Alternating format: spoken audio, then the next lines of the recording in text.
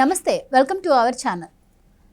వల్లభనేని వంశీ గన్నవరం నుంచి 2 సార్లు టీడీపీ తరపున ఆయన గెలిచారు. అయితే ఈసారి వైసీపీ నుంచి ఆయన పోటీ చేసిన విషయం మనందరికీ తెలిసిందే.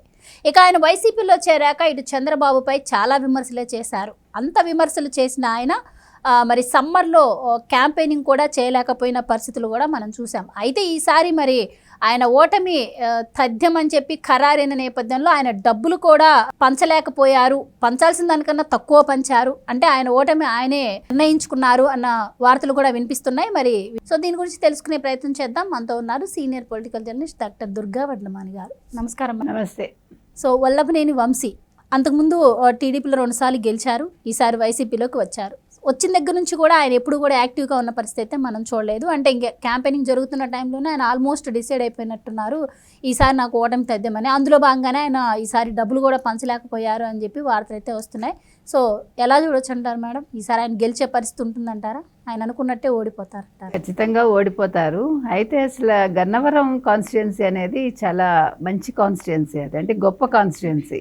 మనకు గుర్తుంటే 1955 నుంచి 3 సార్లు చిల్లపల్లి సుందరయ్య లాంటి వాళ్ళు అక్కడ ఎమ్మెల్యేగా గెలిచారు. అది కూడా వాళ్ళేమి ₹1 ఖర్చు పెట్టి కాదు, వాళ్ళకి ప్రజలు విరాళాలు ఇచ్చి అలాంటి పెద్ద మనిషిని నిల్చోబెట్టి ఆయన తన సేవలు అందించారు ప్రజలకి. ఆ తర్వాత మీరు తీసుకుంటే 2014లో అయితే వల్లభనేని వంశీ మీరు చూసుకుంటే ఆయన హిస్టరీ, ఆయన తెలుగుదేశంలో ఉండి గెలిచి పెద్ద ఎక్కువ మెజార్టీ కూడా రాలేదు, 900 చిల్లర ఎంతో వచ్చింది ఆయనకి. అక్కడి నుంచి ఆయన కొడాలి నాని స్నేహితుడు కాబట్టి వైసీపీలోకి జంప్ అయ్యి, అంటే వాళ్ళిద్దరికి వ్యాపార సంబంధాలు ఉన్నాయి, ఏదో సినిమా నిర్మాతలు కూడా అనుకుంటా. సో ఆ రకంగా ఆయన వచ్చాక అసలు వల్లభనేని వంశీ ఎందుకు ఓడిపోవాలి అన్న దాని మీద మనం తీసుకుంటే, అసెంబ్లీ సాక్షిగా భువనేశ్వర్ గారి మీద కమెంట్స్ చేసిన వ్యక్తి వంశీ. అంటే చాలా నీచంగా మాట్లాడితే చంద్రబాబు నాయుడు గారు కళ్ళనీళ్ళు పెట్టుకున్నారు. సో ఇంతకంటే దారుణం ఇంకోటి లేదు.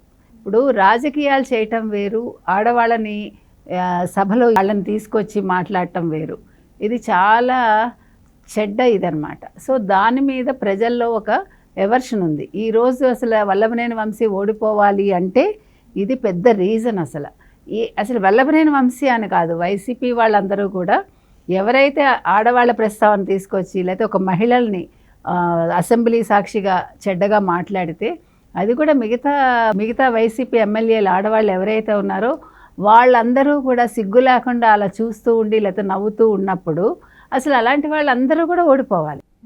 రోజా కావచ్చు, ఇంకెవరైనా అసలు అందులో వైసీపీలో ఉండే మహిళా ఎమ్మెల్యేలు ఎవరైతే ఉన్నారో ఆ రోజు సభలో ఉన్న వాళ్ళు ఖచ్చితంగా ఓడిపోవాలి.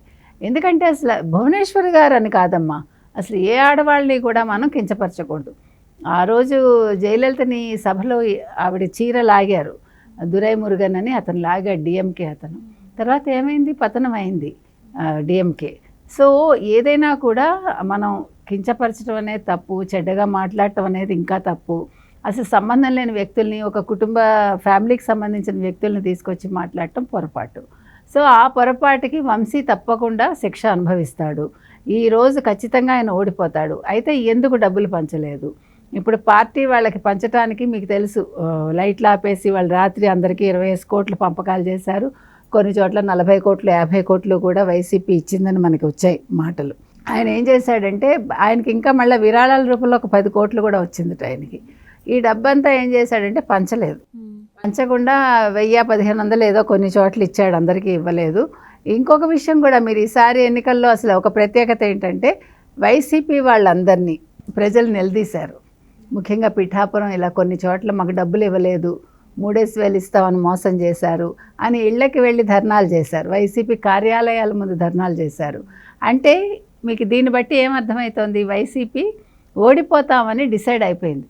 అంటే వాళ్ళకి ఆల్రెడీ అర్థమైంది ప్రజల్లో వాళ్ళ నాడి ఏంటి, ప్రజలు ఎవరి వైపు ఓటేస్తున్నారు వాళ్ళకి అర్థమయ్యి వాళ్ళు ఏం చేశారంటే పంపకాలు చేయకుండా ఈ డబ్బు ఏదైతే ఉందో వాళ్ళు దాచుకున్నారు. ఎందుకంటే ఫ్యూచర్ వాళ్ళకి మళ్ళీ పనికొస్తుందని. ఇంకా వాళ్ళు ఎలాగ రాజకీయ భవితవ్యం వాళ్ళకు ఉండదు కదా. ఇప్పుడు మనం మంచి చేసి ఓడిపోతే అది వేరే విషయం, మంచి చేయకపోయినా మనం ఎవరిని నిందించకుండా రాజకీయాల్లో కొనసాగినా కూడా పర్వాలేదు.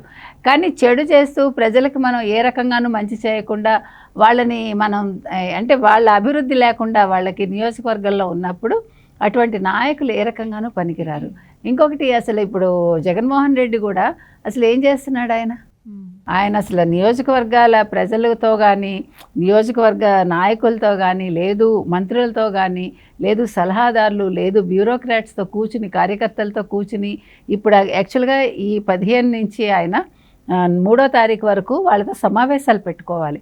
అసలు ఏం జరిగింది, గ్రాస్ రూట్ లెవెల్లో నియోజకవర్గాల్లో ఎలా ఉంది పరిస్థితి, అసలు మనం ఇచ్చిన డబ్బు వీళ్ళు పంచారా లేదా, ఇవన్నీ ఆయన చూసుకోవాలి. బికాజ్ డబ్బు ఎక్కడి నుంచి వచ్చిందనే దానికంటే ఆయన ఇచ్చినప్పుడు అసలు నేను నెగ్గుతానా లేదా అనే దానికి నాకు 155 వచ్చేస్తాయి 175 వచ్చేస్తాయి కాదు, వైనాట్ 175 నుంచి వైనాట్ 155కి వచ్చాడు ఆయన. సో దానికి అసలు పునాదులు ఏం పడ్డాయి, అసలు వీళ్ళేంటి గ్రాస్ రూట్ లెవెల్లో ఈ నాయకులు ఏం పని చేశారు ఒక్కొక్క నియోజకవర్గంలో ఆయన తెలుసుకున్నాడా? ఇప్పుడైనా కనీసం కూర్చుని మనం నెగ్గుతున్నామా, ఎన్ని సీట్లు వస్తాయి, ఎక్కడెక్కడ ఎవరెవరు ఓట్లు వేశారు, ఏది తెలుసుకోవటం లేదు. ఇప్పుడు కూడా సజ్జలు ఏం మాట్లాడుతున్నాడు ఇవాళ కూడా, వీళ్ళు నెగిటివ్ ప్రచారం చేశారు చంద్రబాబు నాయుడు, ఏంటది అసలు ఏం మాట్లాడుతున్నాడు? ప్రతిపక్షంలో ఉన్నప్పుడు వాళ్ళకి జరిగిన అన్యాయం వాళ్ళు మాట్లాడతారు, అధికార పక్షంలో నువ్వేం చేసావో చెప్పి గెలు, నీకు వాళ్ళ మీద పడి ఏడవటం ఎందుకు? పైగా పోలీసులు మాకు సహకరించలేదు, డీజీపీ మాకు సహకరించలేదు, ఎన్నికల సంఘం మాకు సహకరించలేదు. నీకు సహకరించకపోతే ఎవరికి సహకరిస్తారు? నువ్వు ఎక్కడున్నావు? నువ్వు అధికార పక్షంలో ఉన్నావు. నువ్వు అసలు ఇవాళ కూడా అట్లా మాట్లాడుతున్నాడు. అంతే తప్ప మేము గెలుస్తామని కానీ ఇంకొకటి కానీ మాట్లాడటంలే లేదు, మాకు మా కార్యకర్తలు పనిచేశారని కానీ ఎవరికైనా కృతజ్ఞత చెప్పారా? ఇంతవరకు వాళ్ళ కృతజ్ఞత సూచకంగా ఒక్కళ్ళకి అభినందనలు చెప్పారా? ఫస్ట్ అసలు ముఖ్యమంత్రి అన్నవాడు చేయాల్సిన పని ఏంటంటే తనకు ఎవరైతే హెల్ప్ చేశారో వాళ్ళకి కృతజ్ఞత చెప్పాలి. కానీ ఐపాక్ వాళ్ళకి చెప్పాడు.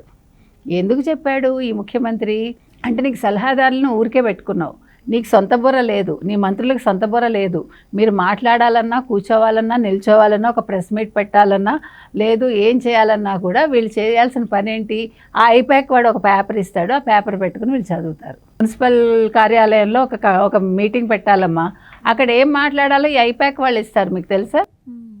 అంటే అసలు ఇలాంటి ముఖ్యమంత్రి మనకు అవసరమా? ఇలాంటి మంత్రులు మనకు అవసరమా? సొంత ఆలోచన లేని వాళ్ళు, సొంత బుర్ర లేని వాళ్ళు ప్రభుత్వ ధనాన్ని తీసుకెళ్ళి ఒక ఐపాక్ లాంటి కంపెనీకి ఇచ్చుకుని వాడు ఎక్కడి నుంచో నార్త్ నుండి వచ్చి మన సౌత్ని శాసించడం ఏంటి చెప్పండి మీరు? మనలో అంటే కులాల మధ్య ఇచ్చి పెట్టారు. మీరు అబ్జర్వ్ చేస్తే ప్రశాంత్ కిషోర్ వచ్చాక మనకి బీహార్ కంటే ఘోరంగా ఆంధ్రప్రదేశ్ని చేయడానికి వాళ్ళు కంకణం కట్టుకున్నారు. కాబట్టి ఈ రోజు కూడా అదే జరిగింది. ఇప్పుడు ఇవాళ రిషి అన్నవాడు ఎవడైతే ఉన్నాడో ఆ రిషి అన్నవాడు కూడా అదే చేశాడు. సో ఈ మినిస్టర్స్ ఇవాళ ఈ వల్లభనేని వంశీ కావచ్చు మరొకళ్ళు కావచ్చు, ఈసారి చాలామంది వైసీపీ మంత్రులు డబ్బులు పంపకాలు అయితే చేయలేదు. అందుకని ఘోరంగా వాళ్ళు ఓడిపోతామని వాళ్ళకి తెలుసు. ఈరోజు అంబటి రాంబాబు మీరు చూశారు, రీపోలింగ్ అడుగుతున్నాడు అతను ఒక్కడే. 175 నియోజకవర్గాల్లో ఒక్క చోట కూడా రీపోలింగ్ అడగలేదు. అంటే ఎన్నికలు సజావుగా సాగాయి. సో తప్పిదాలు ఉంటే వైసీపీలో ఉండాలి తప్ప ప్రతిపక్షం వల్ల వాళ్ళకు వచ్చిన నష్టం ఏమీ లేదు. ప్రతిపక్షం వాళ్ళ పని వాళ్ళు అలా చేసుకుంటూ వెళ్ళిపోయారు అంతే. వాళ్ళు కూటమిగా ఉన్నారు, లేదా జనసేన వాళ్ళతో కలిసింది, బీజేపీని కలుపుకున్నాడు, ఈయన అందరి మీద ఆధిపత్యం చెలాయించాడు. ఇవాళ అదే మాట్లాడాడు సజ్జలు ఇవాళ కూడా ప్రెస్ మీట్లో. కాబట్టి వాళ్ళు ఏం చేసినా డబ్బులు ఇప్పుడు ఒక రకంగా డబ్బులు పంచకపోతే అతనికే మంచిది, రేపొద్దున ఫ్యూచర్లో అప్పులు లేకుండా బతుకుతాడు అంతే వల్లభనేని వంశీ. లేదన్నారు, ఇప్పుడు ఎలాగా ఓడిపోతారు, రేపొద్దున వీళ్ళు ప్రజలకు ఎలా మొహం చూపించుకుంటారు? అదొక $1 మిలియన్ ప్రశ్న అది. So we have to see అంతే.